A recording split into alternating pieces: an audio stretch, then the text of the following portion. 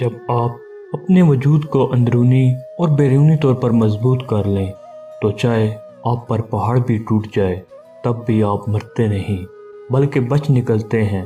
لیکن ہاں، اس سب سے پہلے 100 بار ٹوٹنے کے عمل سے گزرنا پڑتا ہے اور پھر آخر کار بات بن جاتی ہے۔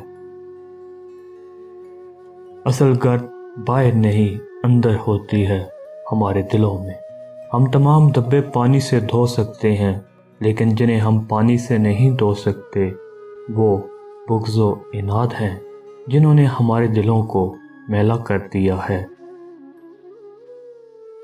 انسان ٹھوکر کھائے بغیر، زخم کھائے بغیر، خود کو جلائے بغیر بات کیوں نہیں مانتا؟ پہلی دفعہ میں ہاں کیوں نہیں کہتا؟ پہلے حکم پر سر کیوں نہیں جھکاتا؟ ہم سب کو آخر منہ کے بل گرنے کا انتظار کیوں ہوتا ہے اور گرنے کے بعد ہی بات کیوں سمجھ میں آتی ہے؟ جب تم سے کوئی گناہ ہو جائے تو استغفار کر لو، صدقے دل سے اللہ سے معافی مانگ لو۔ یہ نہ سوچو کہ اللہ معاف نہیں کرے گا۔ اگر تم سے دن میں 70 بار گناہ ہو جائے اور تم ہر بار صدقے دل سے توبہ کر لو تو اللہ تمہیں دن میں 70 بار معاف کر دے گا۔ اس کی رحمت تم کو معاف کر کے کم نہیں ہوتی۔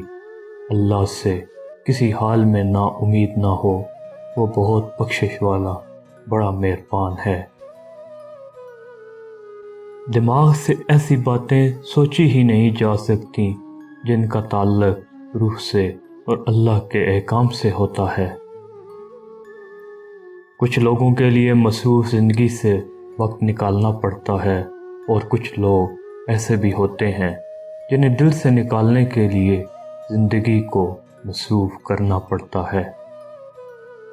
لوگ کالے جادو سے تو ڈرتے ہیں لیکن کالے اعمال سے نہیں۔ بہتری کی ہلکی سی کاوش تبدیلی کی شدید خواہش سے بہت بہتر ہے۔ محبت کوئی ہار جیت کا کھیل نہیں، نہ ہی حاصل لا حاصل کا چکر، نہ ہی اس قدر سختی سے پکڑنے کا نام ہے کہ اگلے کا دم ہی گھٹ جائے۔ ہر گزرتے دن ہم سب بھی تو ایک نئے انسان میں ڈھلتے جاتے ہیں، وہ انسان جس کو بعض دفعہ پہچاننا بھی مشکل ہو جاتا ہے، ایسا انسان جس کے بارے میں ہمیشہ سوچا تھا کہ ہم یہ تو نہیں بنیں گے، مگر قسمت کے آگے سب بے بس تھے۔ کسی کی راہ میں کانٹے بچھانے والے کیا یہ نہیں جانتے کہ کسی کے پیروں سے رسنے والا خون کل ان کی قسمت کے ورق سیاہ کر سکتا ہے؟ اللہ کے ہاں ہر چیز کا حساب ہے۔